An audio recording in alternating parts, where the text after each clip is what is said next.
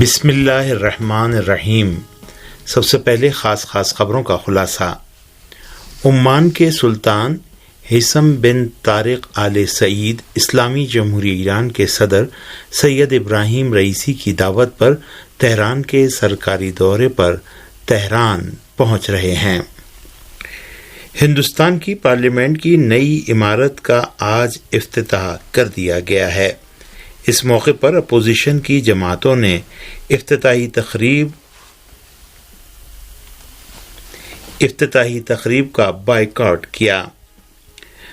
پاکستان تحریک انصاف میں ٹوٹ پھوٹ کے بعد سیاسی شخصیات اور پی ٹی آئی سے الگ ہونے والے متعدد لیڈروں نے سینئر سیاستداں جہانگیر ترین سے اپنے رابطے تیز کر دیے ہیں اور جنوبی غرب اردن میں واقع الخلیل کے العروب کیمپ پر غاصب صہیونی حکومت کے جارح فوجیوں کی جارحیت کے بعد فلسطینیوں اور صہیونی فوجیوں کے درمیان شدید جھڑپیں ہوئی ہیں۔ اور اب خبریں تفصیل کے ساتھ۔ ہندوستان کی پارلیمنٹ کی نئی عمارت کا آج افتتاح کر دیا گیا ہے۔ اس موقع پر اپوزیشن کی جماعتوں نے افتتاحی تقریب کا بائیکاٹ کیا۔ ہندوستان کی سرکاری خبر رساں ایجنسی کے مطابق ہندوستان کے صدر نریندر مودی اور لوک سبھا کے اسپیکر اوم برلا نے ملک کے نو تعمیر پارلیمنٹ کا افتتاح کیا اور نئی عمارت میں سنگول نصب کیا۔ افتتاحی تقریب کے آغاز میں مختلف مذاہب کے لوگوں نے دعائیہ جلسے کیے۔ سنگول خود مختاری، انصاف، حکمرانی اور خوشحالی کی علامت سمجھا جاتا ہے۔ سنگول نصب کرنے کے بعد مودی نے نئی پارلیمنٹ کی عمارت کی نقاب کشائی کی۔ اس موقع پر بڑی تعداد میں اہم شخصیات، وزراء اور مختلف صوبوں کے وزرائے اعلیٰ بھی موجود تھے۔ بعد ازاں وزیر اعظم مودی اور اسپیکر اوم برلا نے حاضرین کو خطاب کیا۔ وزیر اعظم مودی نے کہا کہ پارلیمنٹ کی نئی عمارت غریب طبقے کے لیے وقف ہے۔ انہوں نے کہا کہ پارلیمنٹ کی نئی عمارت وقت کی ضرورت تھی جو آج بن کر تیار ہو چکی ہے۔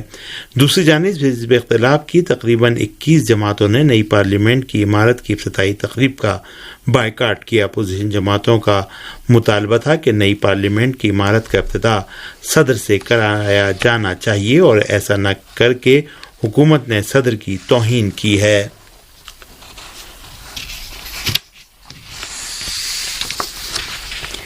پاکستان تحریک انصاف میں ٹوٹ پھوٹ کے بعد سیاسی شخصیات اور پی ٹی آئی سے الگ ہونے والے متعدد لیڈروں نے سینئر سیاستداں جہانگیر ترین سے اپنے رابطے تیز کر دیے ہیں۔ پاکستانی میڈیا کے مطابق پاک پتن سے سابق ایم این اے محمد شاہ کہنگا نے جہانگیر ترین سے لاہور میں ملاقات کی۔ ان کے ہمراہ سابق رکن پنجاب اسمبلی شہید اکبر نورانی اور وزیر اعظم پاکستان کے معاون خصوصی اون چودھری بھی شریک تھے۔ اس سے پہلے سابق وزیر اطلاعات و نشریات اور پی ٹی آئی سے راہیں جدا کرنے والے سیاسی رہنما فواد چودھری نے بھی جہانگیر ترین سے ٹیلی فون پر رابطہ کیا تھا۔ پاکستانی میڈیا کے مطابق پی ٹی آئی کے ناراض سینئر رہنما جہانگیر ترین اس طرح کی ملاقاتوں اور مشاورت کے بعد جلد ہی اپنے سیاسی لائے عمل کا اعلان کرنے والے ہیں۔ کہا جا رہا ہے کہ تحریک انصاف کے سابق رہنما جہانگیر ترین نے قومی سطح پر نئی سیاسی جماعت بنانے کا فیصلہ کیا ہے۔ جنوبی غرب اردن میں واقع الخلیل کے العروب کیمپ پر غاصب صہیونی حکومت کے جارح فوجیوں کی جارحیت کے بعد فلسطینیوں اور صہیونی فوجیوں کے درمیان شدید جھڑپیں ہوئی ہیں۔ غاصب صہیونی حکومت کے جارح فوجیوں نے غرب اردن کے مختلف علاقوں پر جارحیت کا سلسلہ جاری رکھتے ہوئے طول کرم اور نور شمس کیمپ پر بھی حملہ کیا، جہاں غاصب صہیونی حکومت کے جارح فوجیوں کی جارحیت کے بعد فلسطینیوں اور صہیونی فوجیوں کے درمیان شدید جھڑپیں ہوئیں۔ مقامی ذرائع کے اعلان کے مطابق نور شمس کیمپ میں غاصب صہیونی حکومت کے جارح فوجیوں کی فائرنگ میں ایک فلسطینی نوجوان زخمی ہو گیا۔ اس سے قبل جارح و غاصب صہیونی حکومت کی وحشیانہ جارحیت کے جواب میں فلسطین کی تحریک مزاحمت کے مختلف گروہوں نے مقبوضہ علاقوں پر تابڑتوڑ حملے اور راکٹ و میزائل برسائے۔ صہیونی حکومت فلسطینیوں کے جوابی میزائل حملوں سے شدید طور پر وحشت میں مبتلا ہے اور صہیونیوں کی نیندیں حرام ہو گئی ہیں۔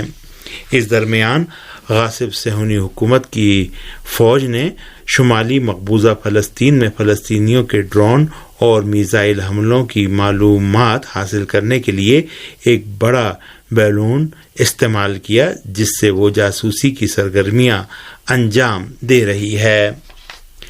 عراق میں مشترکہ آپریشن کمانڈ نے ملکی افواج کی انسداد دہشت گردی کارروائیوں کے دوران دہشت گرد عناصر کے 25 ٹھکانوں کا پتہ لگا کر انہیں تباہ کر دیا۔ المعلومہ کی رپورٹ کے مطابق عراق کی جوائنٹ آپریشنل کمانڈ نے کہا ہے کہ توز خورماتور، کرکوک اور دیالہ میں انسداد دہشت گردی کے وسیع آپریشن کے دوران دہشت گرد گروہ داعش کے کم از کم 25 اڈوں کی نشاندہی کر کے انہیں تباہ کر دیا گیا۔ عراق کی مشترکہ آپریشنل کمانڈ کی طرف سے جاری کردہ بیان میں کہا گیا ہے کہ مذکورہ آپریشن کے دوران متعدد دستی بم، مارٹر اور دیگر ہتھیار ضبط کر لیے گئے۔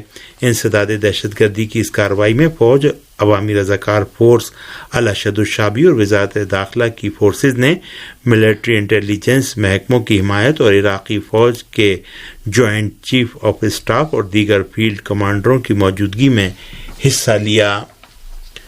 اور آخر میں یہ خبر کہ پریس ذرائع کے مطابق شمالی یمن میں جنگ یمن کی باقی بچی بارودی سرنگ کے ایک دھماکے میں 2 کم سن بچے شہید ہو گئے۔ المسیرہ ٹی وی کی رپورٹ کے مطابق بارودی سرنگ کا یہ دھماکہ یمن کے صوبے جوف کے شہر بیضہ میں ہوا، جس میں 2 بچے شہید اور 2 دیگر زخمی ہو گئے۔ زخمیوں کو علاج معالجے کے لیے ہسپتال منتقل کر دیا گیا ہے۔